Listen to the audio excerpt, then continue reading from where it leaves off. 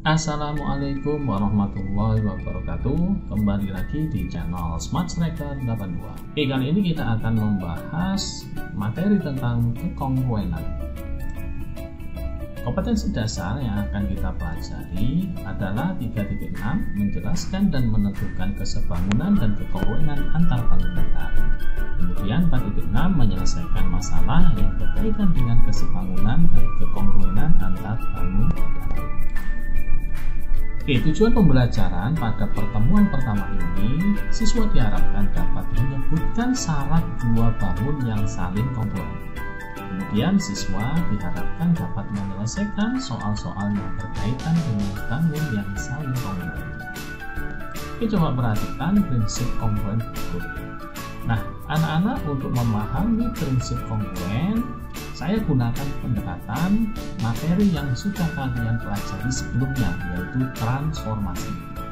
Kali ini transformasi yang kita gunakan adalah translasi atau pergeseran. Coba perhatikan, pada gambar berikut segitiga A aksen, B aksen, C aksen ini merupakan hasil translasi atau hasil pergeseran dari segitiga ABC sejauh 6 + 3. Jadi segitiga ini digeser 6 satuan ke kanan, kemudian 3 satuan ke bawah, sehingga bayangannya adalah A aksen, B aksen, C aksen. Pertanyaannya, menurut pendapatmu, bagaimana bentuk dan ukuran dari hasil translasi tersebut? Iya, benar sekali. Sebuah bangun yang ditranslasi menghasilkan bayangan yang sama ukuran dengan bentuk aslinya. Nah, kita kenal kedua bangun tersebut dikatakan saling kongruen. Oke anak-anak, kalian simpan terlebih dahulu informasi tersebut. Kita akan lihat ilustrasi berikutnya. Nah, sekarang transformasi yang kita gunakan adalah refleksi. Coba perhatikan, pada gambar berikut segitiga A aksen, B aksen, C aksen merupakan hasil refleksi atau pencerminan dari segitiga ABC terhadap sumbu Y. Sumbu Y ini sebagai cermin dari segitiga ABC. Sehingga bayangannya adalah A aksen, B aksen, C aksen. Pertanyaannya, menurut pendapatmu, bagaimana bentuk dan ukuran dari hasil refleksi tersebut? Iya, tepat sekali. Sebuah bangun yang direfleksi menghasilkan bayangan yang sama ukuran dengan bentuk aslinya, baik itu sisinya maupun sudutnya, sama seperti ketika dia ditranslasi. Kedua bangun ini juga dikatakan saling kongruen. Oke anak-anak, sekarang kalian lihat ilustrasi yang ketiga. Pada gambar berikut, segitiga A aksen, B aksen, C aksen merupakan hasil rotasi atau perputaran dari segitiga ABC sebesar 90 derajat terhadap pusat koordinat, yaitu 0,0. Pertanyaannya, menurut pendapatmu, bagaimana bentuk dan ukuran dari hasil rotasi tersebut? Iya, tepat sekali. Sebuah bangun yang dirotasi juga menghasilkan bayangan yang sama ukuran dengan bentuk aslinya. Kita kenal sebagai dua bangun yang saling kongruen. Karena anak, dari ketiga ilustrasi tersebut, selanjutnya kita akan simpulkan apa sih pengertian dari kongruen. Sebuah bangun yang merupakan hasil translasi, refleksi, dan rotasi dari bangun tertentu pasti memiliki ukuran yang sama dengan bentuk aslinya, baik dari sisinya maupun dari sudutnya. Dua bangun ini dikatakan sebagai dua bangun yang saling, benar sekali, kongruen. Oke anak-anak, sekarang kita akan lihat contoh-contoh bangun yang kongruen dalam kehidupan sehari-hari. Yang pertama, kalau kalian lihat bayangan sepatu di lantai, maka dua bangun ini, benda dan bayangannya itu saling kongruen. Oke, selanjutnya adalah uang logam Rp500. Kalau kalian lihat, ini bagian depannya, kemudian di sini bagian belakangnya. Dua bangun ini, dua uang logam ini juga dikatakan saling kongruen karena bentuk dan ukurannya sama. Yang ketiga adalah kumpulan buku matematika. Kalau kalian amati anak-anak, bentuk dan ukurannya sama, maka buku matematika ini dikatakan saling kongruen. Oke anak-anak, selanjutnya kita akan pelajari apa sih syarat dari dua bangun dikatakan saling kongruen. Coba perhatikan bangun-bangun yang kongruen berikut ini. Oke, misalkan saya memiliki trapesium ABCD, kemudian dipotong dengan cutter lalu ditranslasi atau digeser menjadi trapesium EFGH seperti berikut. Nah, ini trapesium ABCD, kemudian kita potong lalu kita geser kemudian menjadi trapesium EFGH. Oke anak-anak, selanjutnya ada dua pertanyaan yang saya ajukan. Yang pertama, pasangan sudut manakah yang sama besar? Ya, tepat sekali. Sebuah bangun yang digeser itu tidak mengubah letak sudutnya. Yang pertama adalah sudut A dengan sudut E, selanjutnya sudut B dengan sudut F, sudut C dengan sudut G, dan terakhir adalah sudut D dan sudut H. Sudut-sudut ini dikatakan saling seletak atau saling bersesuaian. Pertanyaan yang kedua, pasangan sisi manakah yang sama panjang? Iya, tepat sekali. Ketika bangun ini digeser, maka pasangan sisinya itu tidak berubah. AB itu sama panjang dengan EF, kemudian BC sama panjang dengan FG, CD sama panjang dengan GH, dan terakhir DA sama panjang dengan HE. Anak-anak, itu merupakan pasangan sudut yang saling seletak atau bersesuaian dan pasangan sisi yang saling seletak atau saling bersesuaian. Oke, selanjutnya kita akan lihat ilustrasi berikutnya. Perhatikan ilustrasi berikut. Trapesium ABCD direfleksikan atau dicerminkan terhadap suatu garis, ini merupakan garisnya, kemudian menjadi trapesium EFGH. Anak-anak, yang perlu kalian ketahui, jika sebuah bangun dicerminkan, maka bayangannya, bentuk dan ukurannya sama, tetapi posisinya berbeda. Oke anak-anak, di sini saya juga mengajukan dua pertanyaan yang sama berkaitan dengan sudut dan sisinya. Yang pertama, sudut manakah yang sama besar? Ya, benar sekali. Sudut yang sama besar adalah sudut A dengan sudut F. Nah, dua sudut yang saling bersesuaian. Kemudian sudut B dengan sudut E, selanjutnya sudut C dengan sudut H, dan terakhir adalah sudut D dengan sudut G. Nah, sudut-sudut yang bersesuaian itu besarnya sama. Oke, pertanyaan yang kedua adalah pasangan sisi manakah yang sama panjang? Ya, benar sekali. Yang pertama adalah AB dan HE.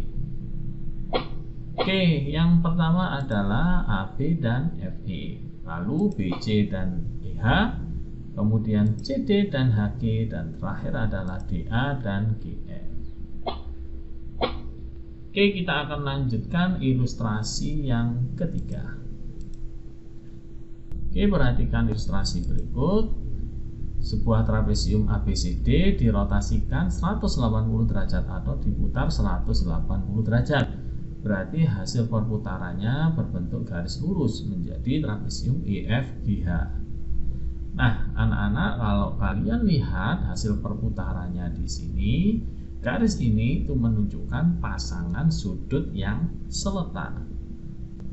Pertanyaan pertama, pasangan sudut manakah yang sama besar? Ya, benar sekali. A dengan G, kemudian B dengan H, C dengan E, dan terakhir adalah D dengan F. Selanjutnya, pasangan sisi manakah yang sama panjang? Ya, benar sekali. AB sama panjang dengan GH, kemudian BC dengan HE, CD dengan EF, dan terakhir DA dengan FG. Anak-anak, kalau dilihat dari ketiga ilustrasi ini selalu mengacu pada dua hal. Yang pertama dilihat dari sudutnya, kemudian yang kedua dilihat dari sisinya. Oke, sekarang kita akan simpulkan. Dua bangun dikatakan saling kongruen jika memenuhi dua syarat, yaitu yang pertama adalah sudut-sudut yang seletak atau bersesuaian itu pasti sama besar.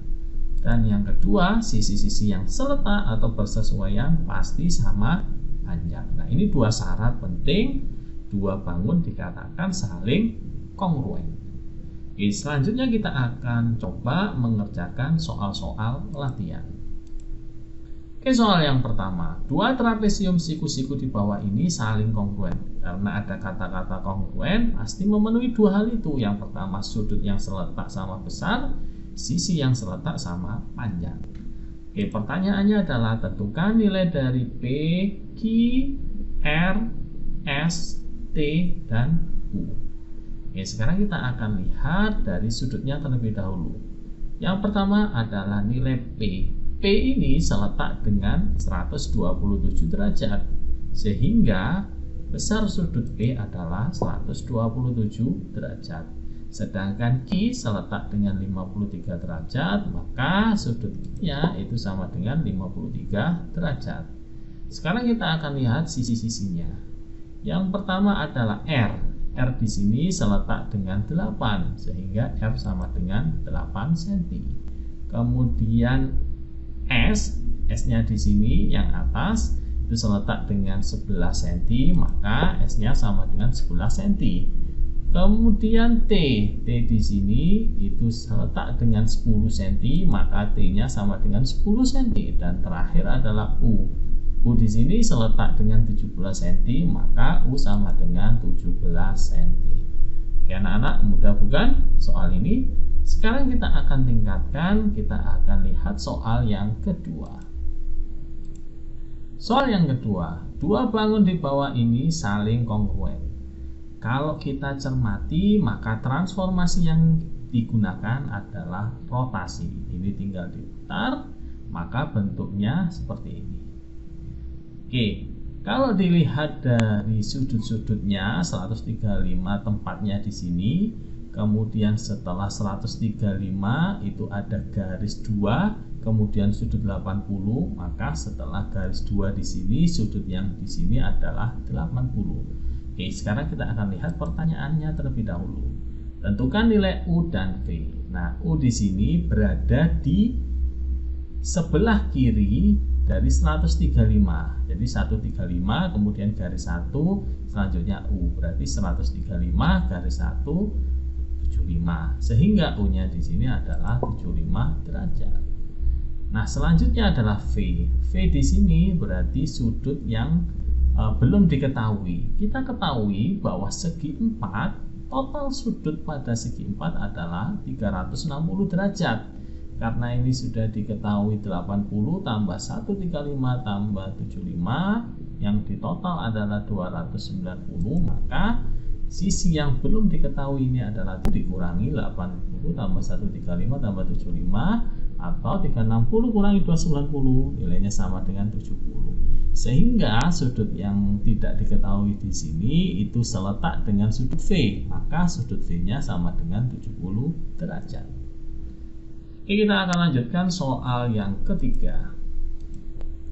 Soal yang ketiga. Pada gambar di samping ini, segitiga ABC dan segitiga ADE saling kongruen, pasti memenuhi dua syarat itu. Yang pertama, sudut yang seletak sama besar, selanjutnya sisi yang seletak sama panjang. Di sini diketahui BC sama dengan 9, AE sama dengan 15, maka tentukan panjang CD. Nah, anak-anak di sini diketahui bahwa segitiga ABC dan segitiga ADE itu segitiga siku-siku yang saling kongruen. Karena kongruen pasti memenuhi dua syarat. Yang pertama, sudut yang seletak sama besar, yang kedua, sisi yang seletak sama panjang.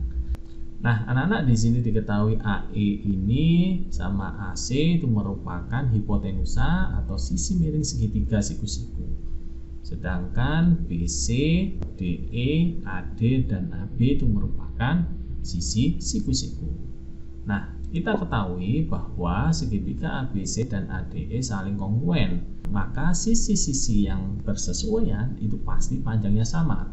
yaitu sisi BC pasti sama dengan sisi DE, panjangnya 9 cm. Selanjutnya AE. AE di sini berarti seletak atau bersesuaian dengan AC, sehingga diperoleh AC itu sama dengan AE sama dengan 15 cm. Nah, di sini kita tahu bahwa pada segitiga siku-siku berlaku teorema Pythagoras. Anak-anak, teorema Pythagoras berbunyi jumlah kuadrat sisi siku-sikunya itu akan sama dengan kuadrat dari sisi terpanjang.